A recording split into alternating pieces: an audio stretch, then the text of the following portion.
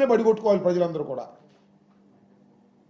ధనంజయ రెడ్డి గారిని అరెస్ట్ చేశారు, కాకాని గోవర్ధన్ రెడ్డి గారికి బెయిల్ రాలేదు, వంశీ జైల్లో ఉన్నాడు, ఐజీ అయినటువంటి పిఎస్ఆర్ ఆంజనేయులు ఇంకా బెయిల్ రాలేదు.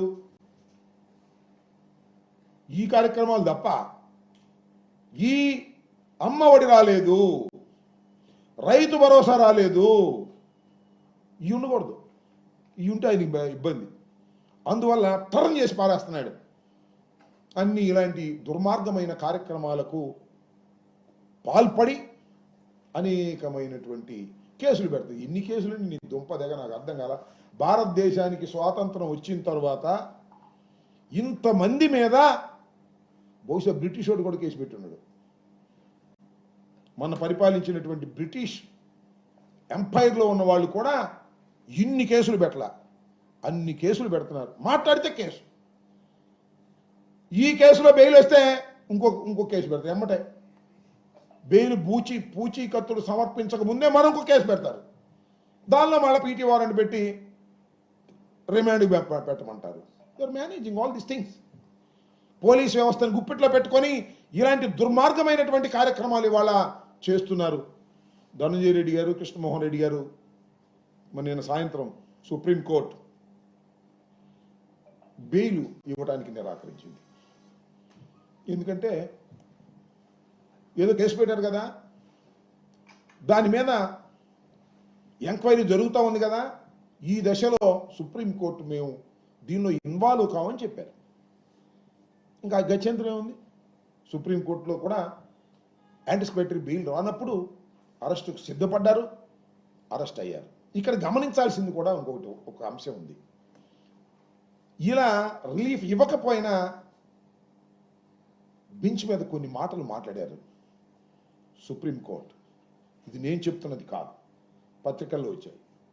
ఇదేదో రాజకీయ ప్రేరితమైనటువంటి కేసులాగానే ఉంది. అలాంటి అనుమానాలు దీనిలో కలుగుతూ ఉన్నాయి. అయినా ఈ దశలో వద్దు, దీని సంగతి తర్వాత చూస్తాం. ఇప్పుడు మాత్రం మేము రిలీఫ్ ఇవ్వదలుచుకోలేదు. ఎంక్వైరీ జరగనివ్వండి, వాళ్ళు అరెస్ట్ అయిన తర్వాత వారిని ఎంక్వైరీ చేయనివ్వండి.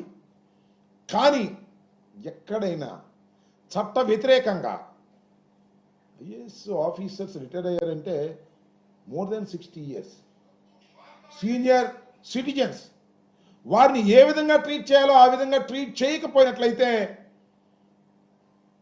కోర్ట్స్ ఇన్వాల్వ్, మీ ఇష్టానుసారంగా చేస్తే కుదరదు అనేటువంటి ఒక వార్నింగ్ కూడా ఇచ్చి బెయిల్ ఇవ్వడానికి నిరాకరించారు.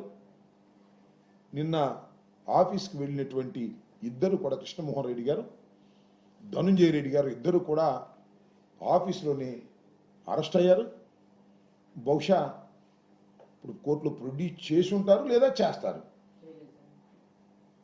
గవర్నమెంట్ హాస్పిటల్కి వెళ్ళి నాకు తెలిసిన, నేను ప్రెస్ మీట్కి వచ్చే ముందు నాకు తెలిసిన సమాచారం ఏంటంటే మెడికల్ ఎగ్జామినేషన్ చేస్తున్నారు. వాళ్ళు నిన్న 7:30కి అరెస్ట్ చేసినట్టు చూపించారు కాబట్టి 7:30 లోపు మళ్ళా ఏసీబీ కోర్టులో వాళ్ళని ప్రొడ్యూస్ చేస్తారు. ఏసీబీ కోర్టులో ప్రొడ్యూస్ చేసిన తర్వాత వాళ్ళు రిమాండ్కి పంపించేటటువంటి పరిస్థితి ఉంటుంది. We can face it. మేమేమి చంద్రబాబు నాయుడు గారు అనుకుంటున్నారేమో, లేకపోతే లోకేష్ అనుకుంటున్నారేమో. జగన్మోహన్ రెడ్డి గారు చుట్టూ ఉన్నటువంటి వ్యక్తుల్ని, రాజకీయ నాయకుల్ని లేదా పొలిటికల్ అసోసియేట్స్ని కేసులు పెట్టి అరెస్ట్ చేసేస్తే బెదిరిపోతాం అనుకుంటున్నారేమో. బెదర్రని మనం చేస్తున్నాం. స్ట్రాంగ్ అవుతాం, మరింతగా స్ట్రాంగ్ అవుతాం. నేను చాలా సందర్భాల్లో చెప్పా, మళ్ళా చెప్తున్నా, ఒత్తిడి పెరిగిన కొద్దికి ఏమవుతుంది? పారిపోతాడు. ఉండోడు ఏమవుతాడు? తిరుగుబాటు వస్తుంది, ధైర్యం వస్తుంది, ఎదుర్కొనే శక్తి పెరుగుతుంది. మళ్ళా మిమ్మల్ని అందరినీ ఓడించే శక్తి రాష్ట్ర ప్రజానీకం మాకు ఇస్తారనే విషయాన్ని కూడా మీరు మర్చిపోవద్దని మనం చేస్తాం. ఎంత అన్యాయం అని నాకు అర్థం కాల. ఒక్క పథకాన్ని కూడా అమలు చేయకోకుండా కేసుల మీద కేసులు పెట్టి ఏదో చిందర వందర చేయాలి అపోజిషన్ని, వైఎస్ఆర్ కాంగ్రెస్ పార్టీని అని అనుకోవడం అమాయకత్వమైనటువంటి పని రాజకీయాల్లో గుర్తుపెట్టుకుని నిజంగా నేను తప్పు చేసి ఉంటే దట్ ఇస్ ఓకే. తప్పు చేసి అన్యాయం